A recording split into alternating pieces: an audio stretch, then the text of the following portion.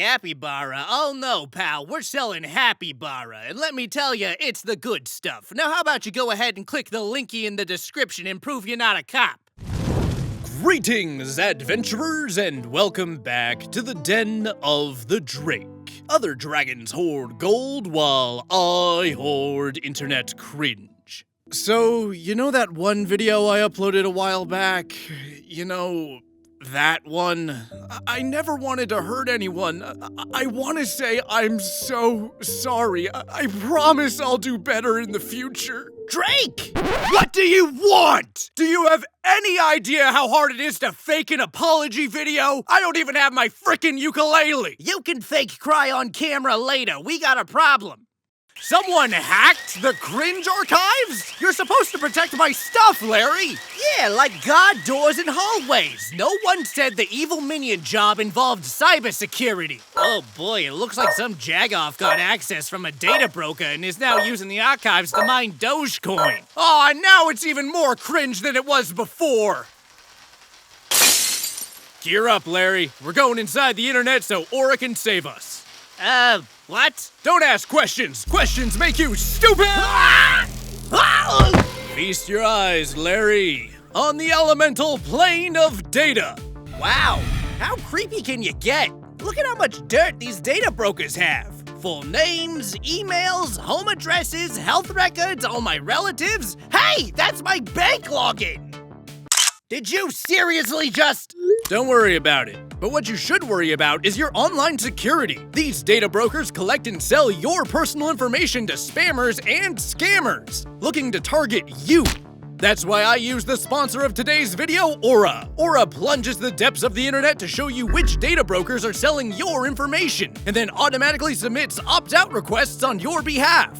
I mean, take a look at this. I used Aura to see what data brokers were selling my info, and let's just say it was an uncomfortable revelation. Because hackers love to use this kind of info to gain access to things like bank and social media accounts. And considering how my YouTube channel is what I use to pay my rent, I was less than pleased. Your parents were less than pleased when you told them you had a YouTube channel to begin with. Get roasted, nerd. And who are you? What? I gave you magical plastic surgery! You and I discovered that we're living in a simulation together? You kidnapped me to join your cyberpunk gang? We battled to see who got to claim the country of Scotland? You seriously don't remember any of that? No. Well, it doesn't matter. Maybe you'll remember what happened when you tried to download Baldur's Gate 3. The wizard will now install your software. Well, that's nice of him. The wizard? You're the one who hacked the cringe archives? That's right, Clifford the Big Red Prick. I'm going to use it to mine all of the Dogecoin and leave none of it for anyone else. I'll be the richest being in all the realms, and not even Aura can stop me. You know, for a class that relies on intelligence, you're really stupid. All right, I'm sick of this crap. Aura, do your thing. Ha!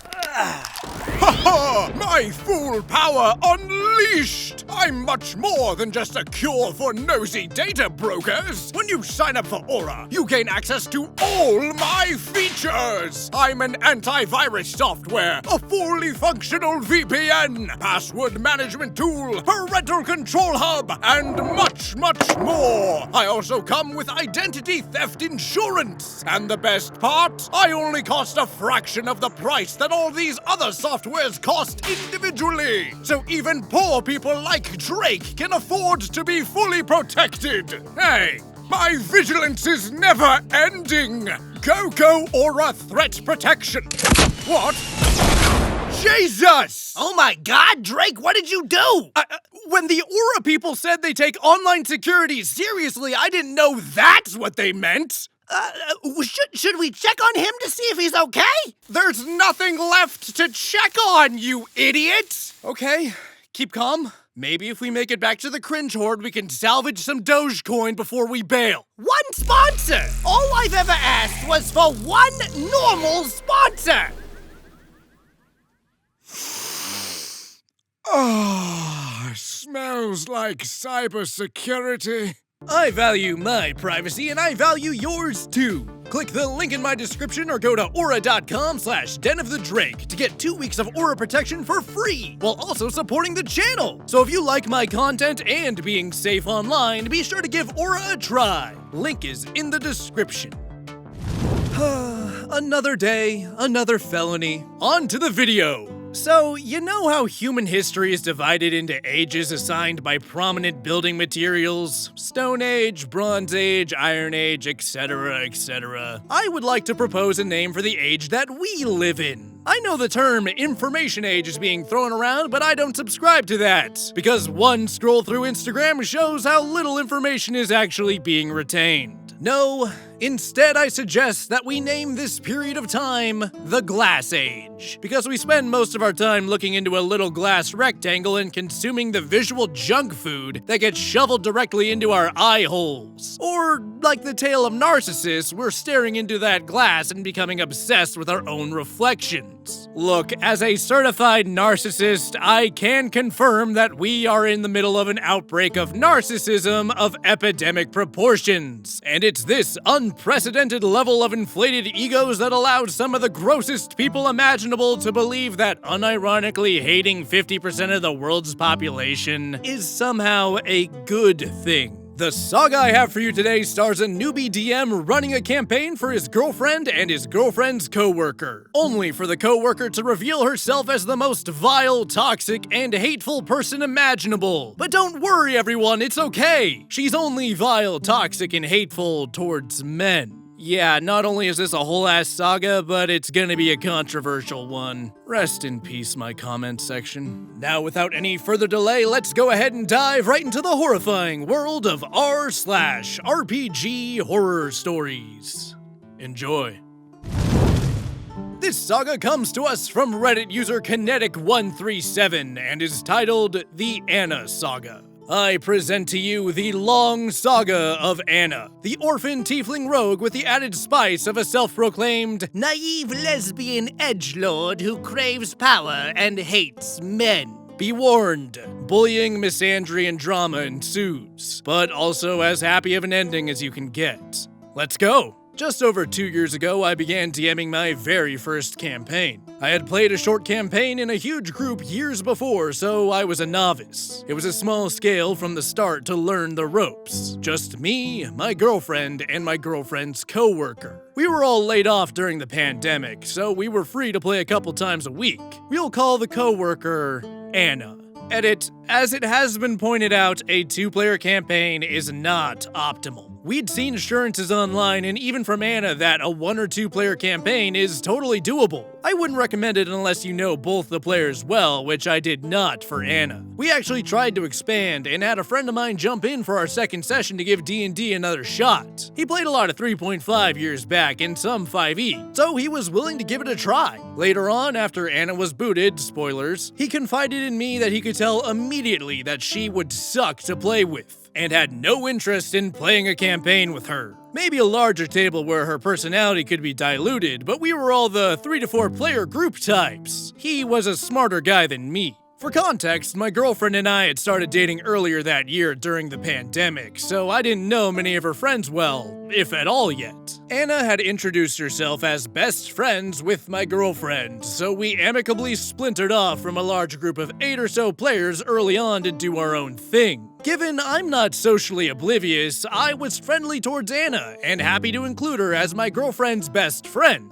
Plus, she said she'd been playing a larger campaign for about a year now, so it'd be good to have someone who knows a bit more about the game. Little did I know at the time, Anna had apparently just started calling them best friends a year or so after they started bartending together. They hadn't actually spent much time actually hanging out together outside of work until D&D, and my girlfriend had no idea how to communicate that. She's just a kind person to a fault and rolled with it. Red flag number 1. I quickly started our campaign in about 3 days with about 2 pages of lore on the city that they're in. Over the course of the campaign, my notes rounded out to about 9 pages with a paragraph or 2 on each region. The trigger was pretty straightforward. A political leader was assassinated and the party got picked up by the guards in the aftermath. and then released immediately. It really was just an excuse to meet each other and their first quest giver, Guard Captain Brock. I can't forget how unforgettable that very first roleplay interaction was. Brock came to release the party immediately and apologized for the mishap on behalf of the militia. Anna then proceeded to lambaste Brock.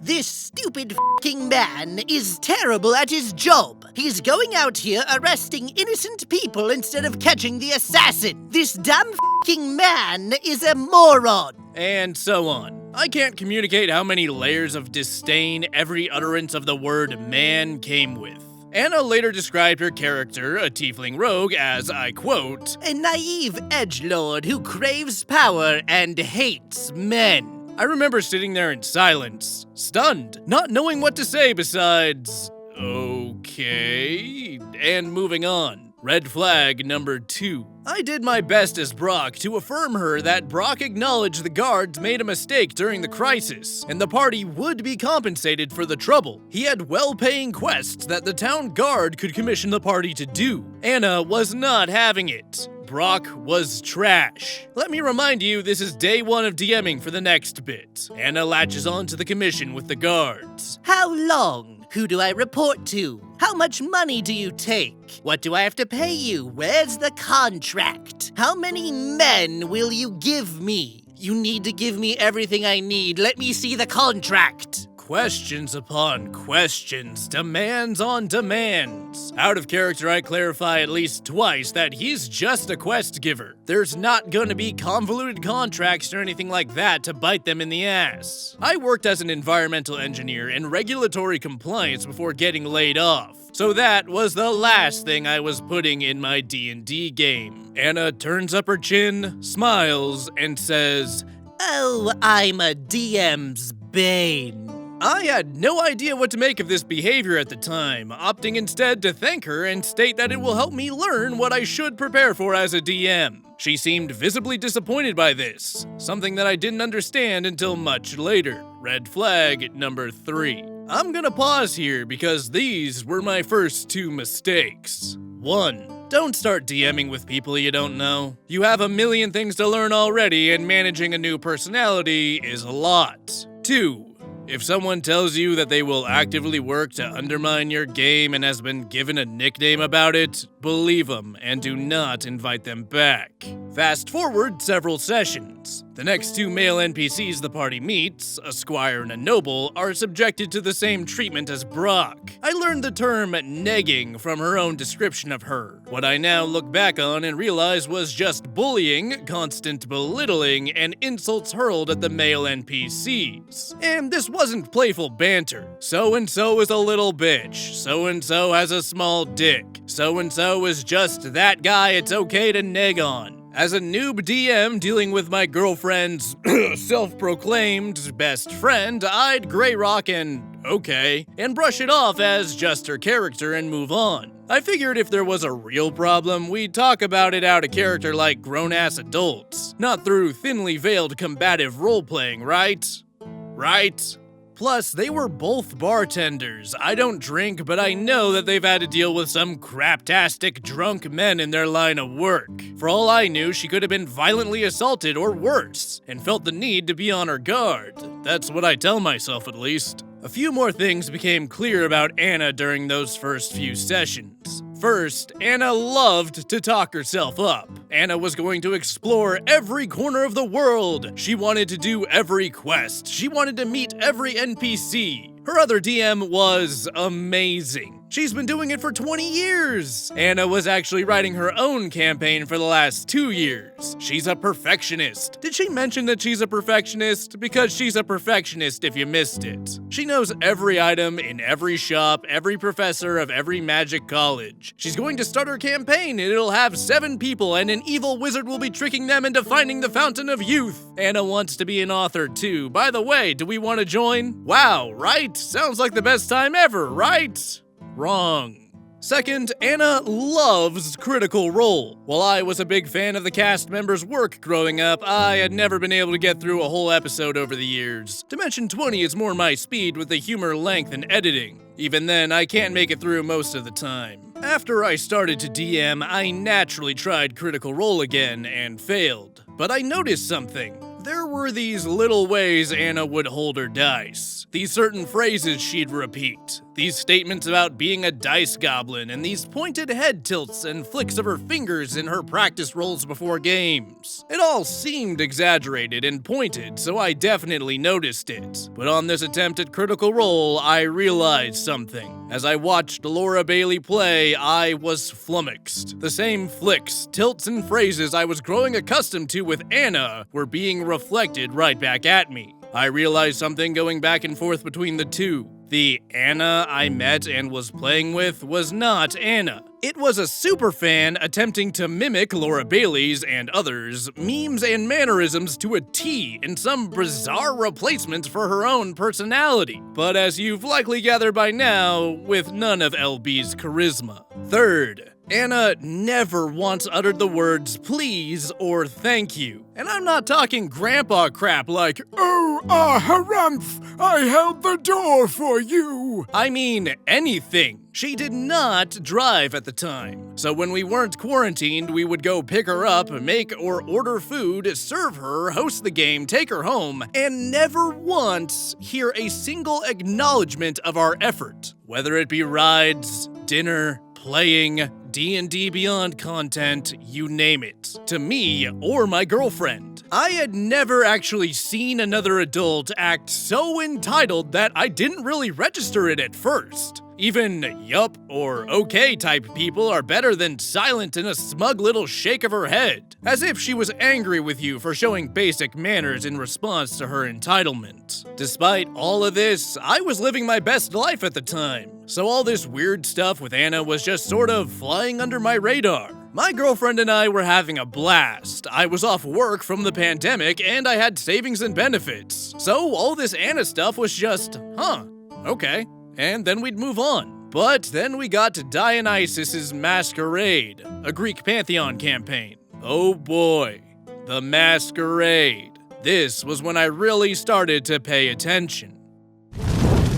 Okay, to recap. Anna has proven herself to be an entitled, purposefully annoying, self-aggrandizing, sexist, confrontational, passive-aggressive, double-standard enjoying, parasitic skid mark. So, did she just plug her brain into the bread tube side of the internet and just call it a personality? It feels like I'm filling out a bingo card for what delusional red pill stands and whatever podcast enjoyers think women are like. I actually have a theory for why Anna is the way she is. Anna is a narcissist, and not just another to throw upon the pile that's quickly growing into a mountain like I said in my little opening monologue, but an actual narcissist. But like many that she shares that pile with, she lacks a personality. So much like how she parasitizes food and car rides, she latches on to pre-existing spheres of influences and uses each of those pieces to create a personality. So I actually did a quick Google search to see if I was just talking bullshit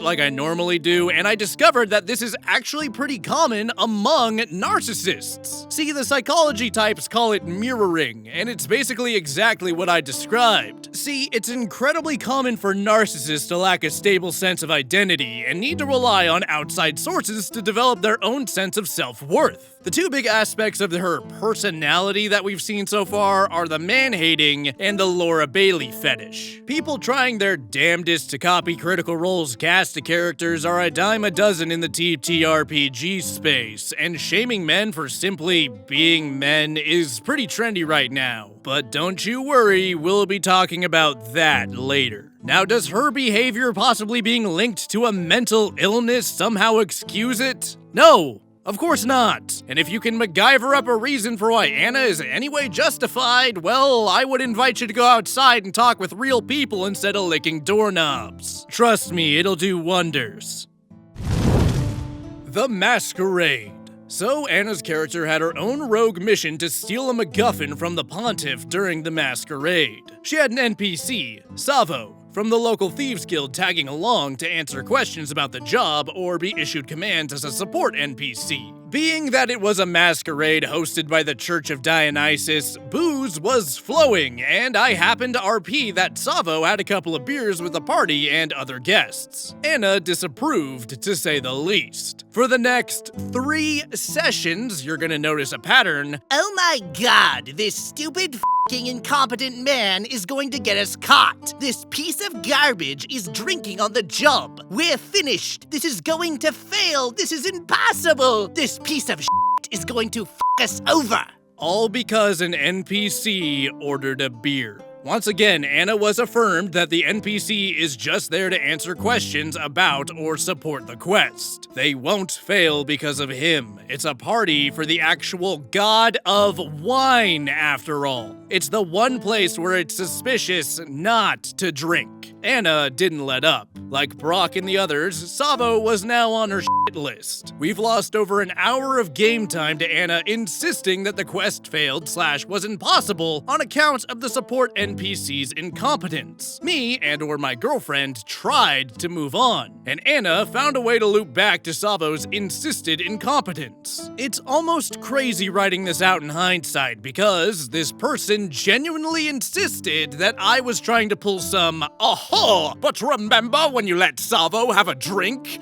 fail BS, and refused to acknowledge anything I had to say otherwise. I had Savo further assure her that he's only doing it to blend, and is even sleight of handing to pour out his drinks. As I said, Anna refused to acknowledge this, and stayed on the message that Savo was a stupid man who would screw them over. Alright, whatever. If she insists, a support NPC drinking beer is a grave offense. Duly noted. So it's eventually time for Anna's job to break into the Pontiff's quarters. With some good rolls, she finds several routes with different checks to get there. A tree near the balcony, some vines running up the walls, a sewer grates leading to the basement, a courtyard going around back, and a couple more. Anna takes a stab at the courtyard and rolls a 9 on stealth.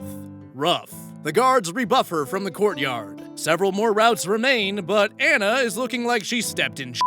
She declares that it's impossible to break in. She might fail at the other routes, so there is nothing she can do. I didn't even know what to say. It was a dice game. Of course you might fail at something. That's why there are multiple solutions here. Anyways, I laid out the options again, and Anna just sat there pouting about the courtyard, repeating that it's impossible. Okay. It's not my role to make her character do things. Anna gave up and we moved on to the masquerade's ball. Snide remarks for Savo the whole way. I'm dragging Savo by the ear. Stay away from the booze. Don't get us caught. I wasn't even engaging at this point. I will mention one important exchange that will become relevant later. During the ball, multiple skill challenges and saves were called for to determine the party's dancing skills. Anna had been silent and withholding since the courtyard. At one point, my girlfriend failed a dexterity save, to which I improv that she did the move right, but she broke a heel in the process. Anna yelling into her mic. Excuse me? While I meant no disrespect whatsoever in the moment, I took a quick note of the obvious double standard that we'd stumbled upon with her reaction. She failed the save, her heel breaks, but there are more checks, the dance continues. You good? Anna was silent, with the shit smell face again, chin turned up at her webcam, refusing to say a word. Ah, understood. Rules for me, none for her. I was definitely not about to let her make me drag it out of her, nor did I have any intention of going back on it after weeks of purposeful denigration. Silence. I was not taking the bait. All right then, and we moved on. It was around this point, after one of our masquerade sessions, my girlfriend calls me shortly after it ended. She was crying. She says that she's sorry if she's doing something wrong, but it's starting to feel like all I want to do is play with Anna. She says that she feels left out with how much time we spend on her, and I always seem so focused on RPing with Anna. I assure her that I may be dealing with it in a civil way on the outside, but Anna was really starting to get on my nerves. I get that she's her best friend, but it's wearing me down to talk her down from her endless pestering. If anything, it's the opposite of favoritism. This was actually the first time my girlfriend and I had actually talked about the best friend thing. and she clarified that she had really no idea what Anna was talking about with that. Like I said earlier, they worked together at a bar for a little over a year, and this is the first time they've started hanging out outside of work, and one band venue that they both would go to. I'll interject again here. This is where the campaign should have ended. You'll see this sentiment around, no D&D is better than bad D&D. It's true, listen to it. By now, my girlfriend and I knew that there were problems, but we were invested. Anna had fully removed the mask from all her future faking in the first couple sessions. By now, it was just spite, insults, and pouting, and I was noticing the patterns. Instead of just canceling the campaign, I tried working with Anna to expand her backstory so her character had other stuff to focus on. So far, all I had to go off of was the aforementioned Naive edgelord who craves power and hates men. on top of growing up as an impoverished orphan. That didn't go very far. The extra backstory that she did come up with was that her friends betrayed her on a job, so now she had to do the time. Now she's Spiteful and hates everyone as a result. I'm barely paraphrasing. Cool. I'll just lightning round the next parts. 3 routes were available to travel south to the crime capital. Fast and dangerous, slow and safe, and medium time, medium risk through the mountains. An NPC around town had a quest for each route. Upon choosing the mountains recommended by the blacksmith, Anna is furious when the path is still filled with monsters. But the blacksmith said that this was the right way. No, the blacksmith said that this is the way he would go. None of the routes were right, just different. This is still the medium route. He's tough as nails, he doesn't mind monsters, and did say it was still dangerous. And there it was. Smell face. Another time, Anna was angry that she's been downed several times in the last handful of fights. Anna liked to run into melee range with like 14 AC and no doubt squishier than my girlfriend's cleric. But I knew that she wouldn't like that, so I told her that I've been watching and counterbalance carefully, so nothing is deadly yet. But 5e is rough before level 5, keeping in mind that CR is bullshit and all that. I reminded her that she has a hide bonus action too, which she used a grand total of twice over 4 months. But wouldn't you know it, smell face. Anna never got downed once after getting uncanny dodge, and I only made things harder. Eventually, we get to the crime capital, Poseidon's Resolve. There's no government there, just mob families, which the party knew going in. The aforementioned nobleman NPC buys the party a barracks while they're there to use as a base. Wouldn't you know it, Anna is furious. The noble is corrupt. How dare he work with criminals? Take note, her character was a rogue with the criminal background. Yeah, that's what I was dealing with. The barracks must either be a shithole or trapped. He's, wait for it, a stupid f***ing incompetent man, and now he's going to screw us over. For buying them a barracks. Yeah. Anna received the usual affirmations. There was no real government here, they're already working with her as a criminal, and sure, maybe the house is crap. Go ahead and roll an investigation. Anna identified structural issues and guards were sent out to fix them. The NPCs thanked her for her initiative and foresight, seemingly to her chagrin. Anna just sat there fuming, spinning her pen in frustration that the NPCs, me, weren't going to argue with her over something so silly. As the party continued to quest in Poseidon's Resolve, Anna got angry again. This place is called Poseidon's Resolve, and there's no Poseidon here. She shouted after one session, apparently describing the 3 major crime families as a trident of crime, and placing the city at the junction of 3 rivers was too nuanced. I calmly told Anna that her character could find out how it got its name. In truth, the crime families have a hidden legendary bident. But wouldn't you know it, shit smell face. Let me elaborate on Anna's smell face. It consisted of scrunching up her nose and eyebrows and practically baring her teeth at you in disgust. As you've noticed, this is what she'd resort to if you held her ground on just about anything. She didn't care what you had to say. Don't you see how disgusted she is with you? She's angry now. Aren't you gonna make this right? Yeah, she can pout it out. Adults can use their words. I like to sprinkle little mysteries throughout the game. Nothing huge, just question marks to keep things interesting. Whenever one such question mark appeared, their nature immaterial, Anna had a bit of a habit of proclaiming she immediately knew the answer to the mystery. It's XYZ. I know it's XYZ. I can see it written all over your face. You have no poker face. I can tell I'm right. And then she would do this smug little victory dance in her chair. Meanwhile, I'm sitting there, poker face, as she called it, 100% intact, grinning like a goof over how wrong she is about 70% of the time.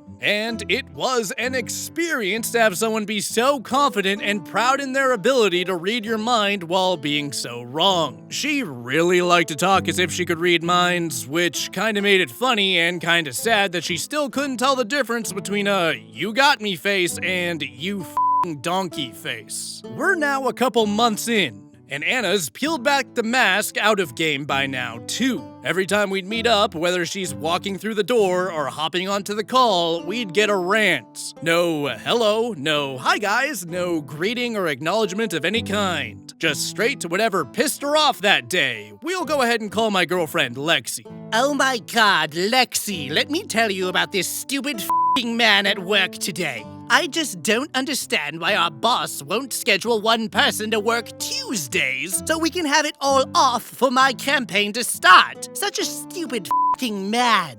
Yeah, no, you read that right. She genuinely expected the owner, John, to short-staff his small business just so she could run her D&D campaign with 3 of their employees. Her, Lexi, and one of the cooks, Ethan. I can't make this shit up. She genuinely believed that she was being treated unfairly. Lexi and I would go silent at this, like, yeah, obviously. On what planet would someone even expect otherwise? I am also not exaggerating one bit with the frequency at which the phrase "stupid f***ing man" entered my life with this person. And not just my NPCs. Her boss, her customers, regular customers, her other co-workers, even her boyfriend in a way. None were safe. You obey her or you're scum. Wouldn't you know it, Anna's stepdad growing up was a scumbag. I don't remember if it was booze or drugs, but I recall her making offhanded comments about him being a deadbeat. According to Lexi later on, her mom was troubled too. I get it, my parents were hella abusive too. But we're not our parents. I tried to be understanding, but that is a process though. We'll go ahead and call Anna's boyfriend Tex. Tex is 7 years older than Anna and works at another bar downtown, is in a band with a brother of my old co-worker, and is a bigger guy. One day, while we were ferrying Anna, she said this. Oh my god, Tex thinks he's such a giant loser. Tex hates himself so much. Tex thinks he's the absolute worst person in the world. He just wants to drink beer and watch football all the time. He thinks he's so pathetic.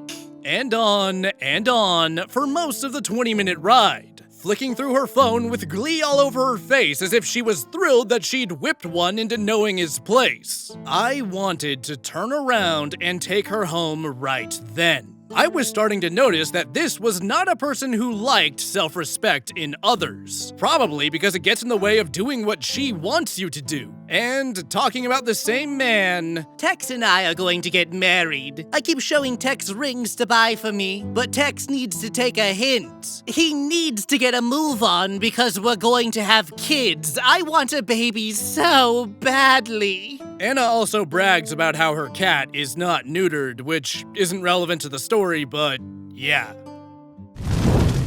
Oh my god, I was not even there, and I am so over this stupid f***ing man thing that Anna has going on. Yeah, obviously I'm biased because I'm a man, but you know what else I'm biased towards? Trying to be a good person, and the organ hanging between my legs doesn't have any bearing on that, now does it? Look, I don't know if you've noticed or not, but men are not doing too hot in the mental health department these days. A lot of that comes from the fact that the expectations put in place by our existing institution puts a lot of weight on the shoulders of our men. Turns out that a patriarchal society that puts unattainable expectations on patriarchs is not good for men either. But another reason for men's lack of self-worth that I frankly don't see a lot of people talking about is because of a surplus of people like Anna getting their dog opinions not only amplified, but encouraged by a not insignificant number of people. For some reason, repeating the phrase, "I hate men like you're a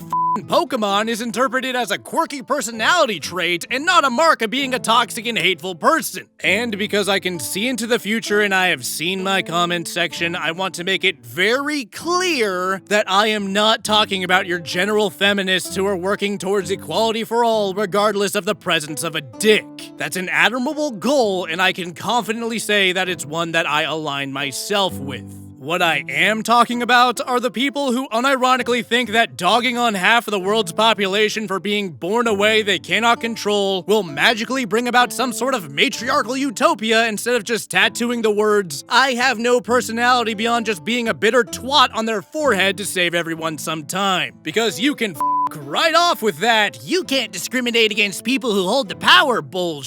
Everyone outside of an echo chamber knows damn well that's just an excuse for you to justify your shitty attitude with impunity, because you've chosen the correct people to hate. But if you're still pissed at me, you're more than welcome to waddle back to Hassan's Twitch chat to keep making him a millionaire while he bitches about capitalism. We'll be here when you run out of extremist simp money. And before the men's rights activists or whatever slide in here thinking that I'm somehow one of your own, you can also off and go back to sucking Jordan Peterson's toes before I start casting vicious mockery on you too. A sexist is a sexist, and the world would be a better place if more people realized that being anti-bullshit does not belong to a specific school of thought. Go ahead and call me a fence sitter, but I'll shove this white picket fence so far up your ass your dentist is gonna think that you're living the American dream. Oh my god. I'm on the warpath today, aren't I? Anyway, back on topic. I understand the effect of being raised in a less than ideal situation. It leaves a psychological mark that never really heals. But one of the coldest and hardest facts of life is that people who develop in crappy situations are not required to become crappy people.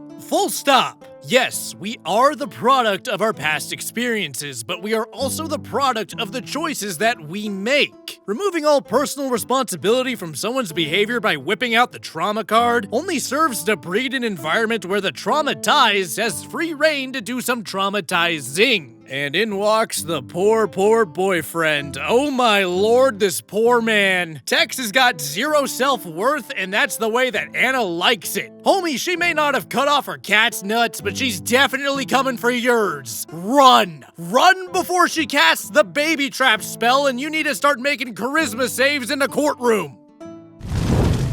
Now, you're probably asking yourself after this walking Crimson War parade, dude, just boot her already. And you're right, hindsight 2020. I touch on it at the end, but I definitely had to question in the aftermath why I allowed myself to be treated like this for so long. Something that deeply affected me in my formative years was spending a couple of years as a teenager as a caretaker for my older cousin with disabilities while my dad's family, Iranian immigrants, were getting their green cards. He was only partially verbal and never had another boy around the house to roughhouse with.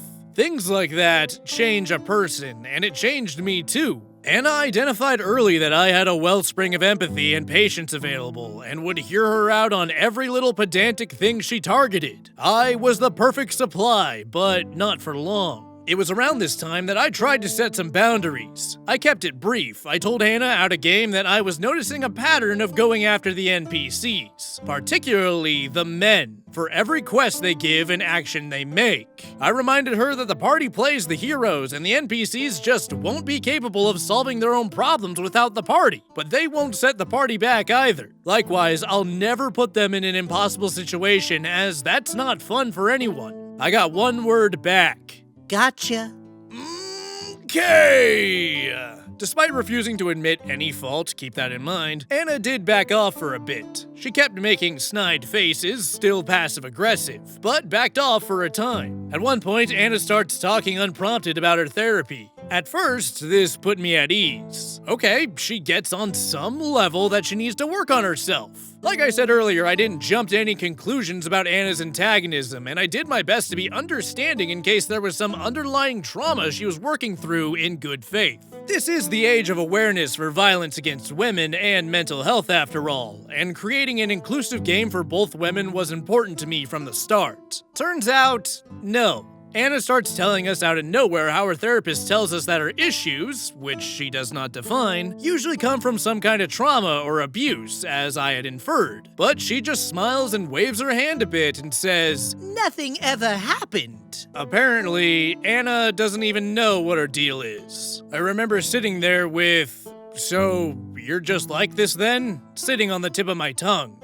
I didn't say it. We'd been playing long enough that I knew that I would never hang out with this person outside of the game. But I was reassured on some level that she was in therapy. Just knowing that, I felt encouraged to keep trying to make peace, since she presented herself as making an effort outside of the game. Still, it became clear that I was handling someone with, at most, a personality disorder, condition, or at minimum, in serious denial over an unrecognized trauma, with the mental health struggles around that. I'd had my own struggles too, and I wasn't gonna judge her for it. I kept trying to accommodate Anna. Then we ran Bullseye Rock from Ghosts of Saltmarsh, and oh boy. This was my first official module, and we're only a few months in at this point, so I'm still new. I told them that I'm going to try and play the module mostly by the book, but I did make some changes. Before we start, note that the module is very specific. The survivors will attack the party under any circumstance. Anna had other plans. As usual, she had zero interest in fighting. Okay, I'm down for non-violent approaches even if the module says otherwise. Go ahead and roll persuasion, but these people are on edge from the last attack. It will be hard. Rolled a 16. The DC was 18. Me. Oof. Sorry, they don't buy it and they start attacking. Anna is not having it. She decided that they weren't fighting. Anna. I throw my weapons to the ground and shout that I come in peace. Me. Well, you didn't pass your persuasion check, but go ahead and give me a Hail Mary persuasion. This will be a disadvantage since they are charging. Anna rolls even worse, and it looks like she's going to stab me as the enemies continue to attack. Anna. Okay, guess we have no choice then. Me. Okay, so I'll reveal that as written you don't have a choice and they attack no matter what. I don't like that either and gave you 2 tries. It's a dice game though, bad rolls are gonna happen. It should go without saying that Anna is making the smell face. By now, it was obvious. Anna hated when I'd stand my ground with her in any way. We proceed into the actual dungeon. The first trap is a 10-foot pit. Me. Okay, there's a small 10-foot pit in the hallway that you can jump with an athletics check. Anna is looking at me like I'm an alien. Anna. I might fail. I'm gonna go ahead and find a table and walk over it. Ah yes, again with the, but I might fail, like yes, obviously, but sure, whatever. Me. Okay, go ahead and roll investigation. This place is trashed and the good furniture was used to barricade the entrance, which was destroyed. It will be kinda tough to find one that big and in good enough condition to support your weight. She rolls a 14. The DC was 15. Anna starts to lose it. Anna, yelling again. Well, I have no choice then. I'll jump over the pit. Oh, that's a 12. Well, that's a fail. Okay, I'll just roll my falling damage then. Ooh, that's 8 bludgeoning. As Anna starts calling the results of her own checks and rolling her own fall damage, I finally, after 3 months, start to lose it too. Me. So, I'll tell you if your checks pass or fail. The DC was 12. You pass! You vault over the pit! Lexi, let me say I hate shouting. Both of my parents were screamers. That one "I'll" was the only time I even remotely raised my voice throughout all of this. Anna's face was that of a kid who just got caught stealing in a candy shop. No apology, no nothing. Silence. Lip turned up and pouting. I was dealing with a 25-year-old woman child.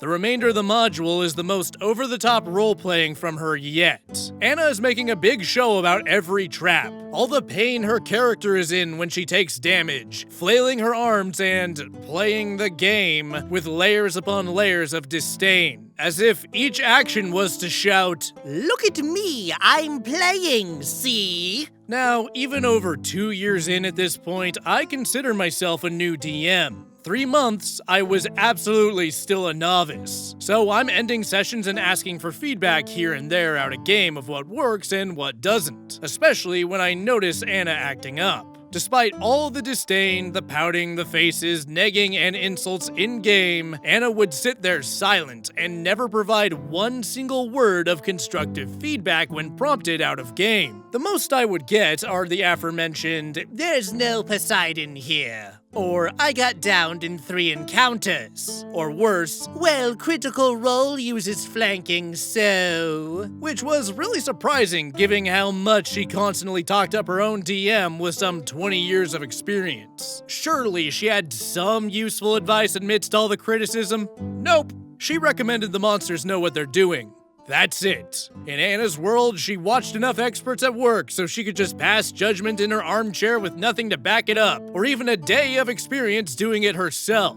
Or, as I learned more about, the player's side of the Matt Mercer effect. Now, that's not to say I didn't make mistakes. Of course I did. Between a chemical engineering degree and subsequent engineering career in multiple sectors, I'd been a novice at a dozen different things in my life, and I knew I could build a mastery while still making mistakes over time. Doing so for DMing was nothing new. Their first quest was super linear while I made the rest of the world. As I learned more about official module design, my DCs did tend to be a bit higher than average for their levels. I also hated Roll20 and experimented with different methods of online play. I even tried maps on a streamed PowerPoint slide as I could set those up fast as f***. I had a bad habit of NPCs asking the players for details on their quest when they'd meet for the first few weeks, before I learned the you bring everyone up to speed trick. Believe it or not, I tended to ramble sometimes given exposition, and I had to catch myself to cut it off. I mixed up athletics and acrobatics, and perception and insight at times like any new DM would, but this was all totally on me to identify and correct. I would start feedback discussions with things like this that I had caught myself doing in hopes of opening up the table to constructive criticism. Nope, nothing. Whatever I was supposed to be doing differently for Anna was on a rubric that I was not allowed to see. I was still going to great lengths to learn with online resources, YouTube channels, other books, Matt Mercer, Brennan Lee Mulligan, Matt Colville, and so on. But Anna always made sure that I was punished when she came up with something. Anna does not have much longer for this campaign. Bruh, I feel you on the refusing to learn Roll20 thing. I mean, eventually I got around to kinda understanding it, but for a while I was literally just using Miro because that's what my college taught me. I was in graduate school, okay? I ain't got time to learn a software that ain't gonna let me pass my $40,000 Ponzi scheme. Now shut up and watch in amazement as I find a way to run this encounter on an Excel spreadsheet. So let's talk about the situation with Anna throwing a tantrum over the results of her dice rolls. As I expressed earlier during my deranged ramblings, being an insufferable skid mark on the underpants of society is a choice. A character getting lol-amowed by the dice gods can happen to anyone, regardless of the perceived goodness in their heart. What a lot of people miss is that D&D is basically just having the Lord of the Rings read to you while you practice gambling. This is a game of chance, and that's what makes the game so fun and replayable. Your level 20 god killer can get their shit rocked by a lucky kobold armed with nothing but a bee tied to a stick, and that's okay. That being said, I can understand being frustrated when you keep betting on black and it keeps coming up on red. Sometimes the cool moments you have in your head just don't pan out, or maybe you've spent hours of real-world time coming up with a plan only for the dice to make you realize that those are hours that you'll never get back. So what should we do to overcome this frustration? Well, it's a psychological thing. For me, I like to create characters that I won't have a hard time seeing fail. Often I'll be looking at my character sheet giggling while thinking to myself, I cannot wait to see this baboon of a man fall on their face. That way, it's entertaining when it does happen, but you're pleasantly surprised when you're gifted with unexpected success. Another little thing that I've noticed really helps when players get frustrated with consistent failure is the presence of a dice jail. You know, like a special little place to put dice that consistently fail you. This is the dice jail that me and my group use, and it's hard to be mad when you pick up one of these. I mean, look at him! Look at his stupid little hat! Now that is the face of a D20 that knows that he needs to do better. Dice jails seem kinda silly, but it does wonders because it forces players to acknowledge that, hey, it's just a game. And even failure can be fun when you look at it from the right perspective. However, I doubt our precious little misandrist would see it that way. Oh, God, we're only halfway through, so you know that Anna's gonna keep spreading her toxicity like a Coachella porta potty spreads pathogens. Don your hazmat suits, everyone, we're diving back in.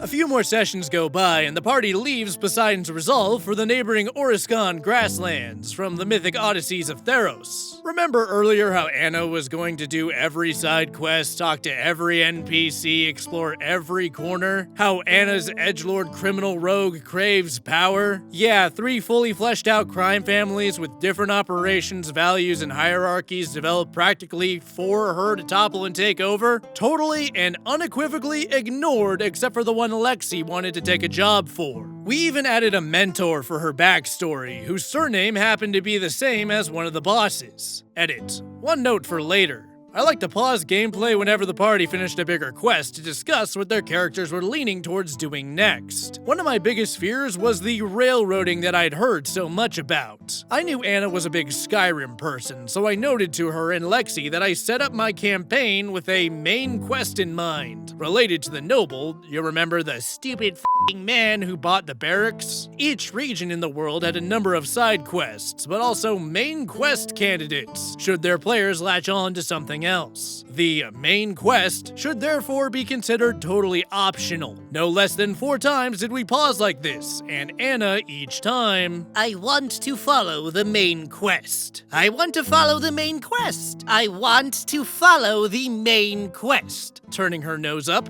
I want to follow the main quest. She would give me this look like, that's the right answer, right? Fine, I'll do what you want then. Like, Christ, no. I just want an idea of what I should polish my prep for next session. On the 4th time, I added it to my notes, again, underlined and circled it, and wrote down, if this bitch ever accuses me of railroading. Yes, I had my own opinions about Anna by now, but I can still not like someone and be perfectly civil with them. I'd still never once used a single slur in-game, even in response to her constant negging. Lexi even showed me some tweets of Anna's later on. I can't remember exactly what, but something along the lines of, hee hee, I'm such a bitch, and I just don't care anymore if people can't handle me at this point. So, I'm not afraid of saying it. Anyways, the party had a couple of back-to-back RP sessions as they traveled to the grasslands and met the locals. My Akros was a more brutal society of Spartan slavers hated across the entire realm. Anna and Lexi voiced that they somehow wanted to overthrow the slavers in Akros and hit some stuff next session. So I set up a gauntlet of plains beasts across a grasslands map for the next session. Our last session.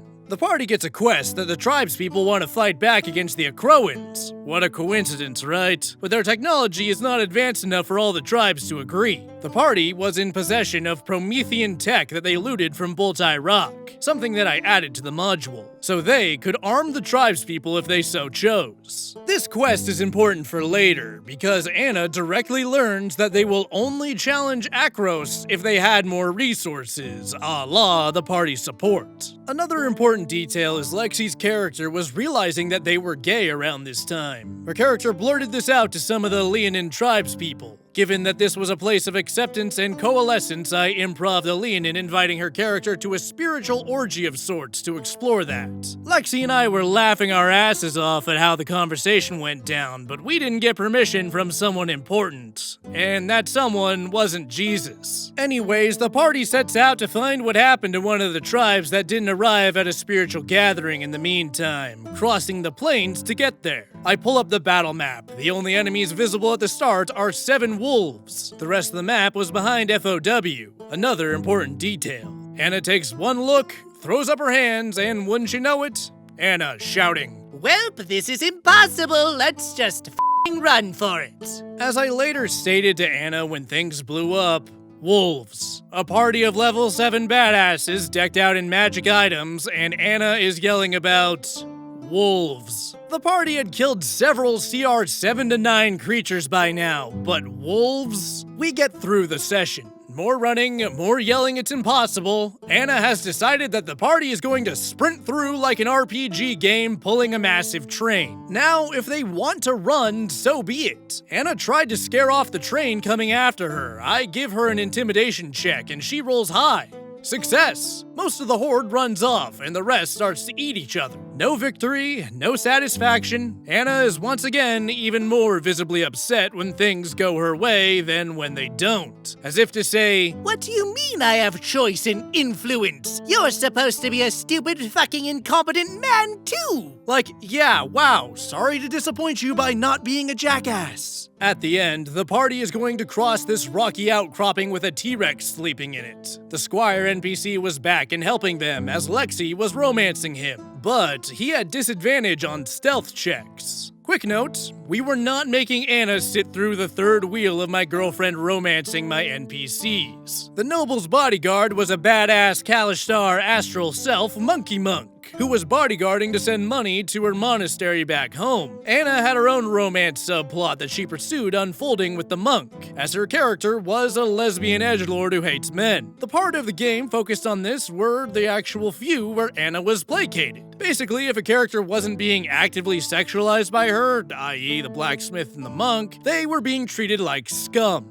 Anyways, back to the grasslands and the Squire. Anna wants to sneak past the T-Rex. Remember when she said she wanted to hit stuff last session? Me, as the Squire. Hey, Anna, before I move, my armor is really clunky. Chuck a rock at the stones behind him to distract him for me? I'll be honest, this was a test. If I'm going to be yelled at for an easy encounter with wolves, I wanted to know what the ground floor of minimum collaboration I could expect at this point was. If it's a good enough trope for Harry Potter, Jurassic Park, and a dozen other movies, it's good enough for me. Anna folds her hands on top of each other and turns up her chin. Anna. Well, it's not my turn.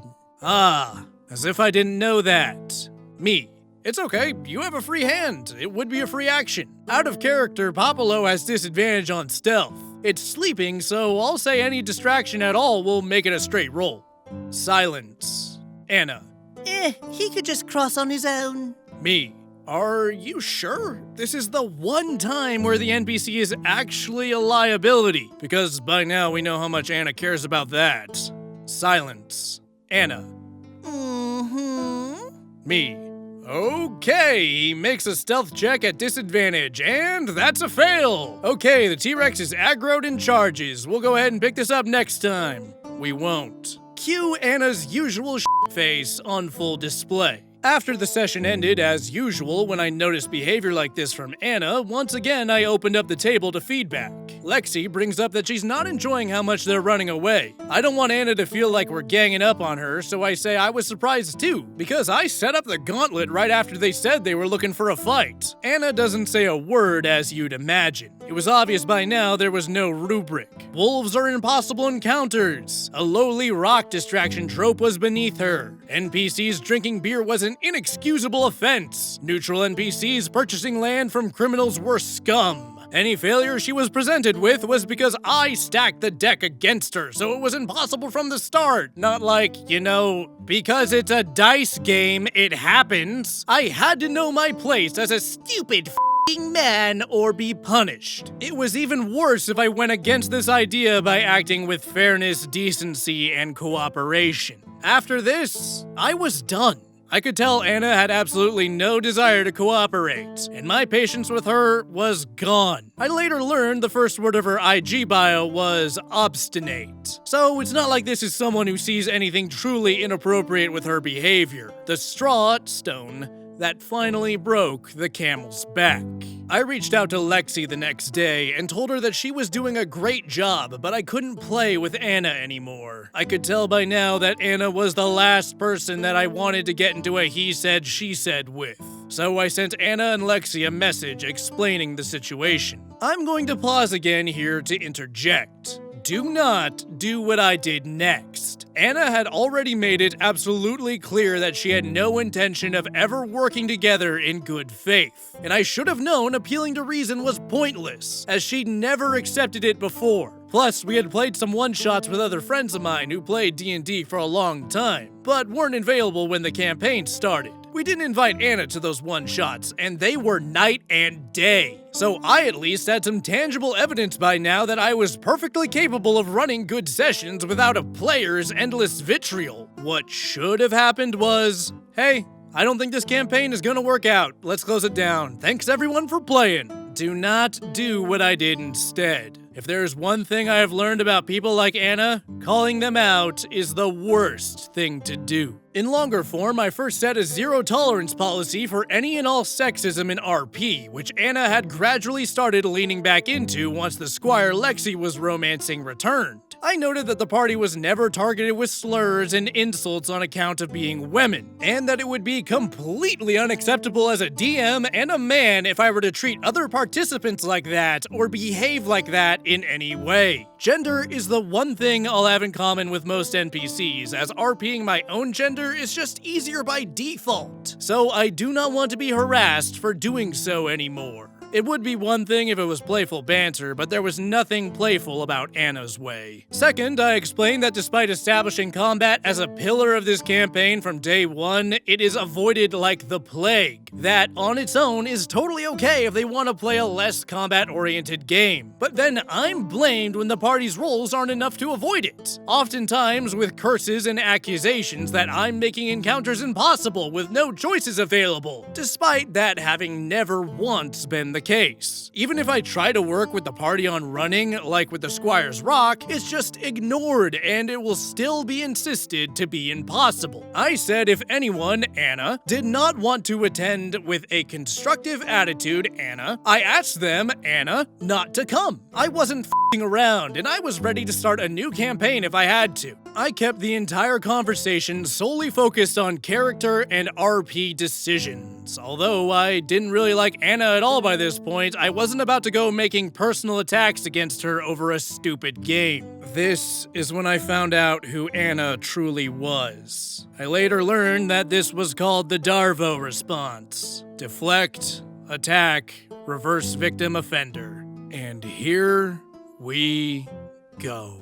Anna responded. She said, fine. If Miss Andrew isn't allowed, she would gladly overlook the time I narrated Lexi breaking a heel at a ball. Remember that? Deflected. Immediately. And how I've largely allowed offensive stereotypes by letting her play a naive lesbian, conveniently excluding the who hates men part. Let Lexi play a church girl, and how my world had tribal people hosting orgies and throwing themselves at slavers to be obliterated, conveniently forgetting the quest she was given to prevent exactly that. Let me note, I was also the only ethnic minority at this table, so the fact that white bread Ohio Anna is now policing that I had an overthrow the slavers quest line is rich. Overthrow, mind you. Not like they were ever presented in a shred of positive light. Not to mention, it was an ancient Greek campaign. The ancient Greeks had full-blown orgy temples. Seriously, check me if I'm off here though, Reddit, but I'm pretty sure I was allowed to improv an orgy invite in this setting to a woman that I was actively in a romantic and sexual relationship with. Anna then proceeds to psychoanalyze me. She's a real mind reader after all, remember? She told me that she has done absolutely nothing wrong.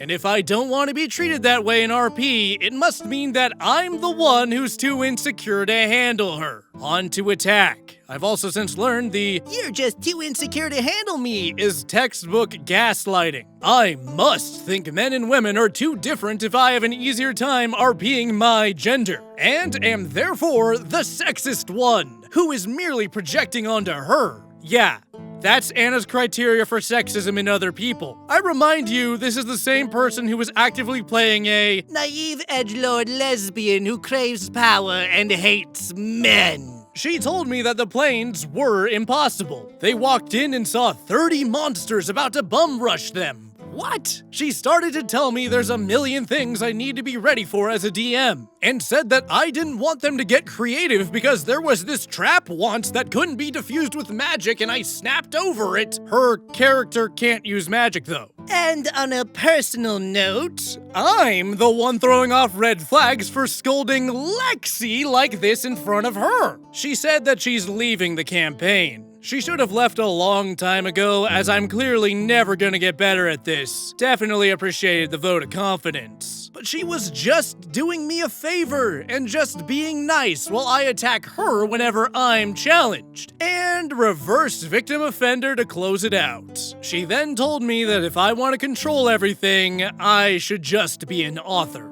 Believe it or not, I'm once again hardly paraphrasing, and checked a lot of her exact words before posting. She truly tried to present herself as a victim doing me a favor this whole time in response. You are reading that right. It really made the whole smell face make a lot of sense in hindsight. In Anna's world, all of my answers, clarifications, and rulings in response to her incessant prodding were attacks against her. Ladies and gentlemen, boys and girls, I later learned that this is a narcissist on full display. I actually almost believed her for a time. If I knew what I was dealing with, I would have disengaged right there. But I didn't. And by now, I was done and pissed. So I finally gave her what she wanted and rolled around in the dirt with her. Now, I almost believed her. Maybe I was the problem. Maybe I did mistreat her. Maybe I am projecting. And then I thought back on all the crap of the last 4 months, chunks of which didn't even make it into this, and realized that this was nothing but blame shifting and gaslighting.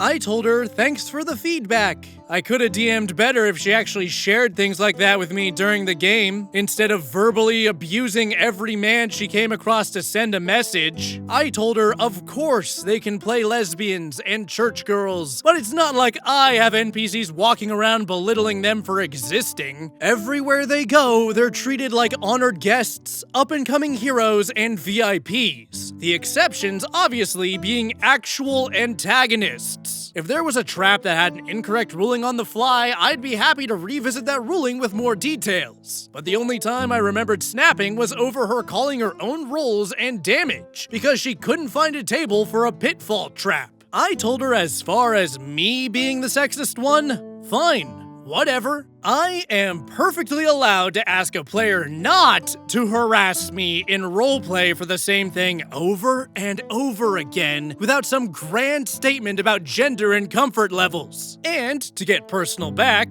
Lexi and I talked about it multiple times before I sent anything out to them. Lexi knew what I was going on about and that it wasn't directed at her. I told Anna it was definitely interesting to be accused of projecting onto her now after trying my damn hardest to accommodate her constant shit since day one. I told her what was really disturbing is how she goes after every man in her life and in this game, boyfriend and boss included, with her stupid f***ing man this, stupid f***ing man that, this dumb f***ing man him rants on a daily basis. I reminded her that was the reason why we were having this conversation. Fantastically toxic was the exact phrase I used at one point, I believe. I told her that she can go ahead and call me controlling for refusing to be treated this way by her, but I'm happy to see her go if she wants to play the game that way. I told her that she had fully lived up to the DM's bane that she had introduced herself as, and thanked her for playing. Epilogue. Since that day, Anna has not uttered a single word to me except for the few times she's taken my order at the bar. I continue to make a point to give every please and thank you I know will have no answer, and take solace in her cold shouldering. She makes this big, smug, fake grin taking my order, trying her best to silently scream, "I'm not talking to you! I'm not talking to you! I'm not talking to you!"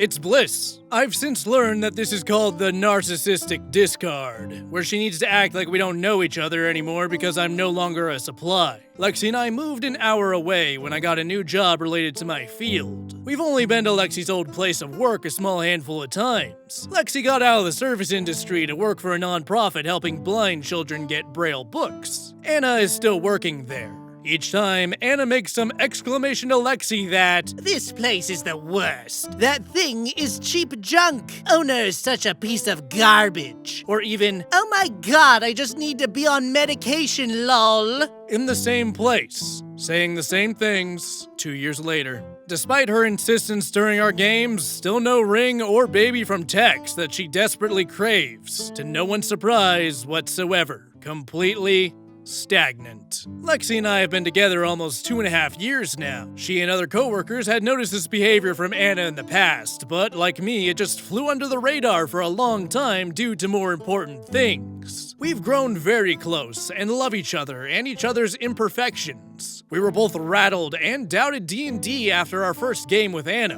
but our new game of new and experienced players alike made for a truly magical experience, and we're happy that we stuck with the hobby. I definitely needed therapy after all of that, especially for past traumas that made me struggle to set boundaries with Anna and tolerate her weekly abuse until I let myself sink to her level. Luckily, I now have health insurance again, and there's plenty of licensed physicians with lectures online for therapeutic exercises, with how hard it is to get a therapist in my area. I learned about the belittling, the silent treatment, the triangulation, the refusal to admit any wrongdoing, the narcissistic supply I gave her, the compulsive need to present an image of perfectionism, the accusations of control for setting boundaries, her need to idealize, devalue, and discard before she could individuate and DM herself.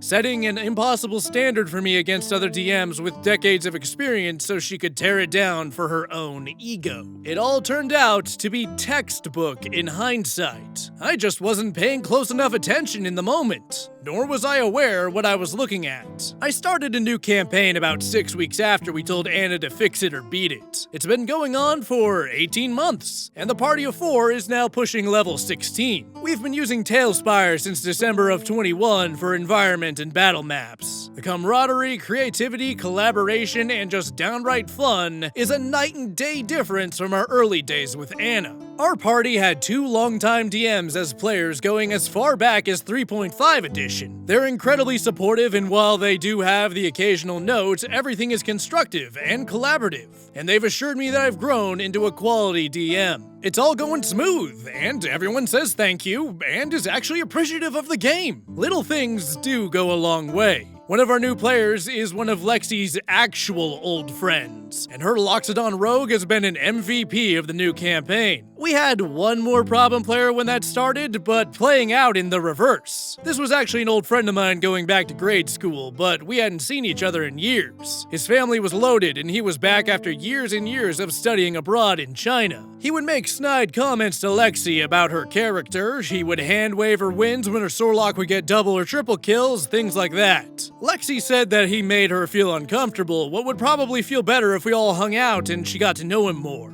That didn't go well. Eventually, he starts talking about how he didn't believe Bill Cosby actually assaulted anyone and the accusations were blatant cash grabs to make some money off him. I tried to redirect the conversation 3 times, but he just kept going right back to it. Right in front of Lexi. Ooh boy, okay, that is not the person I remember. Or maybe I wasn't. Needless to say, Lexi was immediately not comfortable playing with him, and I did not hesitate to make a change after a couple sessions and the Anna saga. What was once an anxiety-inducing ordeal of appeasement is now the highlight of everyone's week according to our group chat. Lexi and the bar's owner, John, are close, so we started a second monthly campaign with him and his wife. Turns out that John is actually a very kind and empathetic man, despite Anna's insistence otherwise. Who would have guessed? End of story.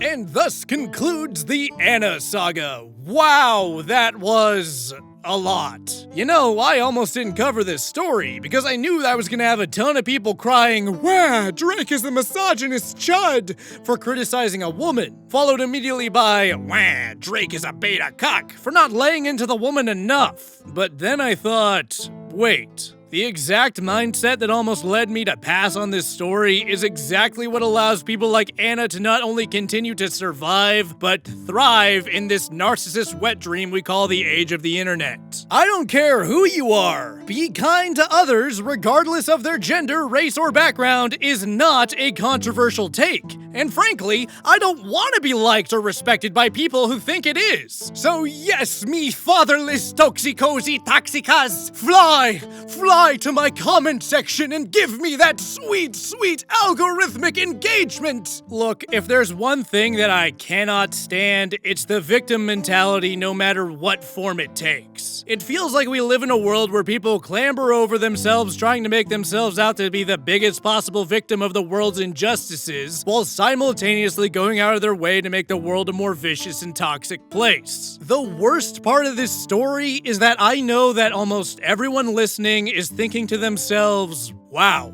this sounds exactly like someone I know. So after all my pointless belly aching, I'm sure you're wondering, okay, so how do I confront people like Anna? Surely I can't let parasites like this have their way. Well, that's the neat part, dear listener. You don't. Yeah, as satisfying as the verbal beating that OP gave Anna was, what did it really accomplish? Did it change Anna's worldview? No. She's still sitting in her bar somewhere in Ohio blaming the patriarchy for why her broken shell of a boyfriend hasn't given her a wedding ring. Did it convince people around Anna that her worldview was toxic? Homie, they didn't need the convincing. Lexi was so sick of Anna's shit from the word go. Despite what we're told, no one likes a perpetual victim. Even the most sheltered Twitter suburbanite cannot stand being around someone who gets off on turning suffering into a contest every chance they get. So, what can you do? Live your life. Yeah, it's that simple. The best way to fight back against a narcissist is to live a happy life filled with love for both yourself and everyone around you. Without the narcissist. These narcissists need people to play their game of mental chess, but my advice, dear listener, stand up from the chess table, walk away, and play some D&D instead. And you know what's a great way to live a happy life filled with love? Sending me fan art! That's right, how about we take a look at this week's Gallery of the Drake? This week's fan art comes from viewer Kevin Coons, who took inspiration from this video I uploaded here. Funnily enough, I actually talked a bit about masculinity and its place in society in this video, which may seem a little out of left field for a D&D YouTuber, but it ended up getting a pretty positive reception. And it was this positive reception that actually made me feel comfortable to cover a controversial story like the one I covered today. Here we see the aftermath of a clash between ideologies, and let me tell ya, Omnidrake looking kinda thick. Why did you make me do this? You're fighting so you can accelerate the fall of the modern man. Think, Tate. You breed insecurity in weak young men before trying to steal their money by selling them surface-level advice that anyone with a dad should have gotten when they were 9. You'll live to see a world where men and women are enemies instead of partners. What will you have after you convince men that their worth comes from selfish materialism instead of the strength that they can provide for themselves and others? What color is your Bugatti? I bench more than you! Thank you again, Kevin Coons, for submitting your art. If you'd like to see your fan art featured in Gallery of the Drake, be sure to send it to the email in my About section. Fan art is my favorite part of doing YouTube, and it means the world to me that I can inspire artists like you to create artwork like this. With the story over and artwork displayed, we're gonna go ahead and wrap up. If you enjoyed the video, be sure to like, comment, subscribe, and send in your fan art. And if you feel like supporting the channel further, my Patreon and merchandise links are in the description. I would like to thank you all for listening, and I hope to see you next time in the Den of the Drake.